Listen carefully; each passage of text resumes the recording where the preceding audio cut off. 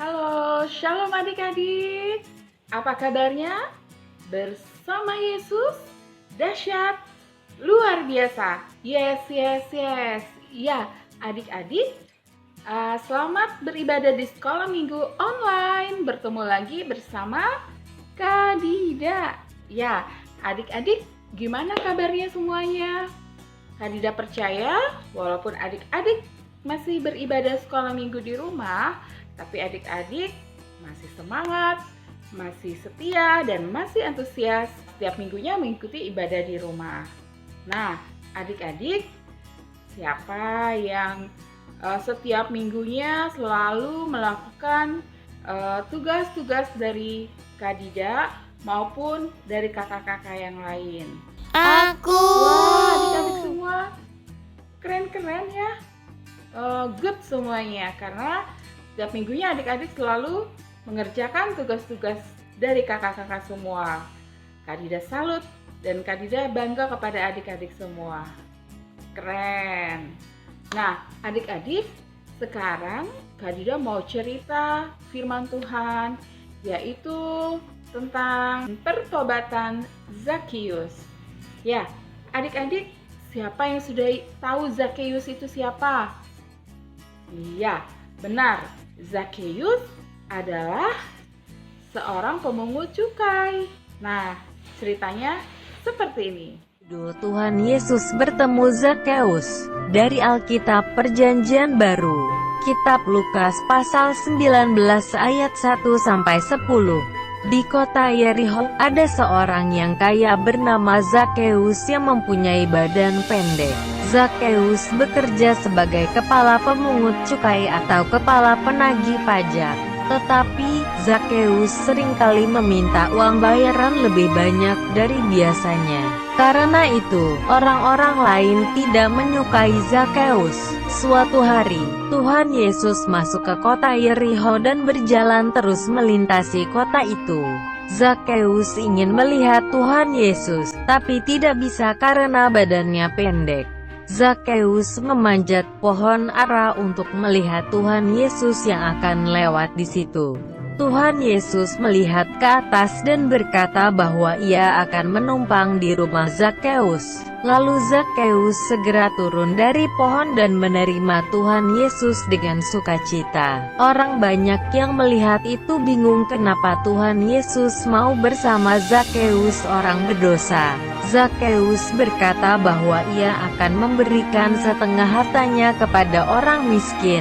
Dan jika ada orang yang kupaksa membayar lebih, akan kukembalikan 4 kali lipat. Tuhan Yesus berkata, hari ini telah terjadi keselamatan kepada rumah ini. Karena orang ini pun anak Abraham. Sebab anak manusia datang untuk mencari dan menyelamatkan yang hilang. Ya, adik-adik, tadi firman Tuhannya gimana? Udah pada lihat semua? Ya, kesimpulannya adik-adik adalah Tuhan Yesus selalu mengampuni orang yang berdosa. Nah, adik-adik tidak boleh ya melakukan seperti Zakheus ya. Nah, kalau adik-adik mempunyai kesalahan sama orang lain atau adik-adik tidak nurut sama mama papa atau berantem sama adik kakak, adik-adik harus selalu mengampuni kesalahan orang lain, dan adik-adik juga harus berani minta maaf sama teman-temannya kalau misalnya adik-adik melakukan kesalahan. Nah, Kak Dida percaya anak-anak kelas Joy hebat-hebat, tidak mempunyai dosa, tidak mempunyai kesalahan.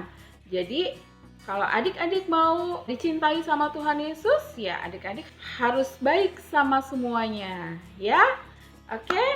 Nah, adik-adik, Kak Dida punya tantangan nih buat adik-adik untuk minggu depan, yaitu adik-adik harus menyanyikan pujian Ku Mau Cinta Yesus, ya. Nanti direkam lalu dikirim di grup kelas Joy, oke? Yang seperti ini. Ku mau cinta Yesus selamanya. Ku mau cinta Yesus selamanya. Oke adik-adik. Nah adik-adik nanti kirim ya ke grup kelas Joy minggu depan. Tidak ada ayat hafalan, tapi tugasnya adalah menyanyikan pujian Ku Mau Cinta Yesus. Oke adik-adik. Ya adik-adik, firman Tuhan hari ini sudah selesai dan saatnya kita berdoa. Ya, semuanya sikap berdoa adik-adik, lipat tangannya, tutup matanya, dan ikuti Kadida berdoa. Tuhan Yesus, terima kasih kalau pada hari ini kami telah mendengarkan firman-Mu. Ajari kami untuk selalu taat kepadamu, dan ajarkan kami untuk selalu berbuat kebaikan kepada semuanya. Bapa, kalau sebentar kami juga akan melakukan aktivitas yang lain, pimpin kami dari awal, dari pagi ini, siang, hingga nanti malam hari. Terima kasih Tuhan Yesus, berkati kedua orang tua kami, guru-guru sekolah minggu, kakak adik, dan berikan kesehatan kepada mereka semua. Terima kasih Tuhan, kami telah berdoa dan mengucap syukur. Haleluya, amin. Goodbye, goodbye, see you again. Goodbye, goodbye, see